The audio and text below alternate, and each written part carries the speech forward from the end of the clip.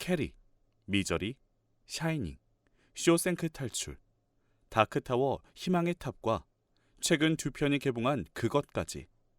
다는 아니더라도 한두 편쯤은 보거나 적어도 이름을 들어본 적은 있을 것입니다. 그만큼 스티븐 킹은 가장 성공한 대중소설가 또는 공포소설 작가로 전 세계에서 손꼽히는 사람인데요. 오늘은 킹의 작품 세계, 그리고 그가 왜 무서운 것, 음산한 것, 인간 심연의 공포를 그리게 되었는지를 알아볼까 합니다.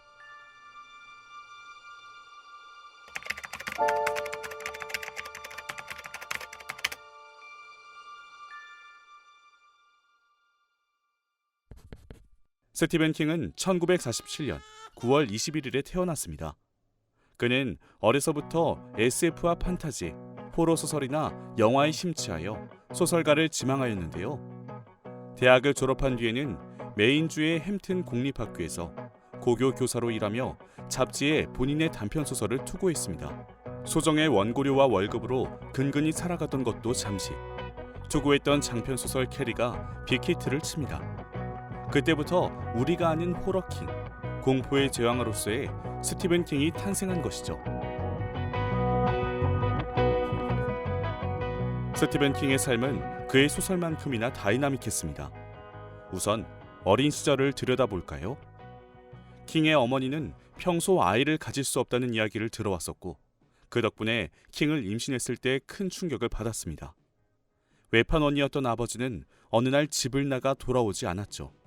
하지만 불임 판정을 받은 당시 입양된 형 데이비드 킹과 사랑하는 어머니, 그가 좋아하는 수많은 소설들의 사이에서 킹은 빠르게 자라납니다.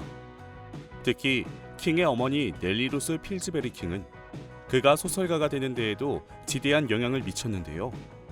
어린 아들이 이야기 하나를 만들 때마다 25센트씩을 주고 그 이야기들을 친척들에게 자랑스럽게 보여주며 기뻐했다고 합니다.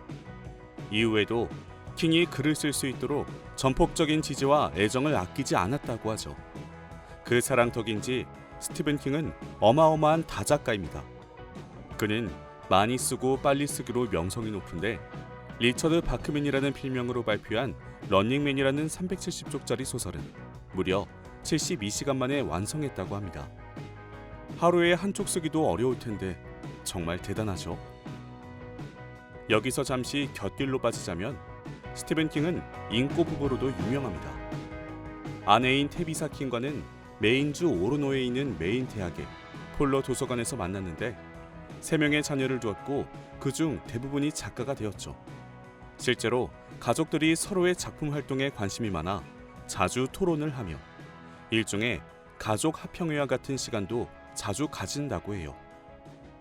11, 22, 63의 경우엔 스티븐 킹이 써두었던 결말 대신 아들이 제안한 결말로 고쳤다고 알려지기도 했죠. 다시 원점으로 돌아와 아내인 테비사와 힘든 생계를 꾸려나가던 무렵 캐리가 빅히트를 칩니다. 캐리는 아버지에게 버림받은 어머니가 편협한 종교관에 빠져 사춘기 딸을 무시무시한 살인마로 만드는 내용인데요. 초능력을 가진 소녀 캐리는 어머니 지배와 협박, 구타 속에서 또래들에게 따돌림을 당합니다. 그러던 중 파티가 열리게 되고 마침내 그녀를 이해해주는 친구가 생긴 순간, 스포일러를 피하기 위해 여기까지만 말하겠습니다. 이외에도 킹의 작품은 많은 순간 무섭습니다. 샤이닝은 귀신 들린 호텔에 겨울 동안 술주정뱅이 남편과 아내, 어린 아들이 갇히는 내용이고, 미저리는 인기 소설가가 정신병을 앓고 있는 간호사 팬에게 납치당해 고초를 겪는 내용입니다. 언더 더 돔은 도시에 반투명한 돔이 씌어져 고립되는 소설. 그것은 동네 아이들이 초자연적인 존재, 순수한 악과 맞서는 내용입니다. 그런데 킹의 소설들이 진짜 무서운 이유는 귀신, 좀비, 피나 신체 절단 등의 끔찍한 장면이 나와서가 아닙니다.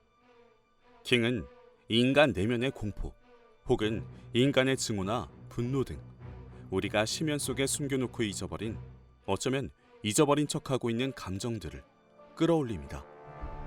그리고 윤리의 통째로 부딪히며 충격적인 결말로 이야기를 끌고 가죠. 결국 인간의 가장 큰 공포는 인간. 미지의 존재보다 우리를 두렵고 위험하게 만드는 것은 스스로라는 내용이 스티븐 킹의 소설에서는 참 많이 나옵니다. 괴물이 나오고 변해버린 세상에서 정작 인간을 죽이는 건 같은 인간들이니 말이에요. 그렇게 스티븐 킹은 호러킹이 되었습니다.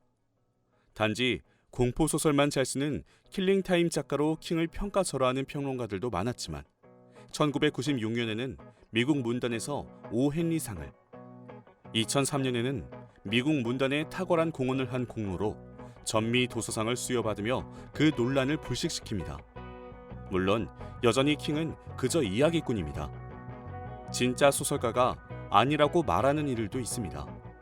하지만 일어나서 글을 쓰고 잠들기 전에 교정하며 교통사고를 당해 죽음 직전까지 가서도 아직 결말을 못 낸 책의 집필이 걱정됐다고 생각하던 작가가 진짜가 아니라면 누가 진짜일까요? 스티븐 킹이 한 유명한 말이 있습니다. 작가가 글을 안 쓰면 그 시간에 뭘 하죠? 이 말을 가장 잘 평생 동안 실천한 작가가 바로 스티븐 킹 본인일 텐데요. 어느 예술가에게나 해당되는 명언이자 경고일 것입니다. 올해 73세가 된 스티븐 킹. 앞으로도 그의 정열적인 집필 활동을 기대해 봅니다.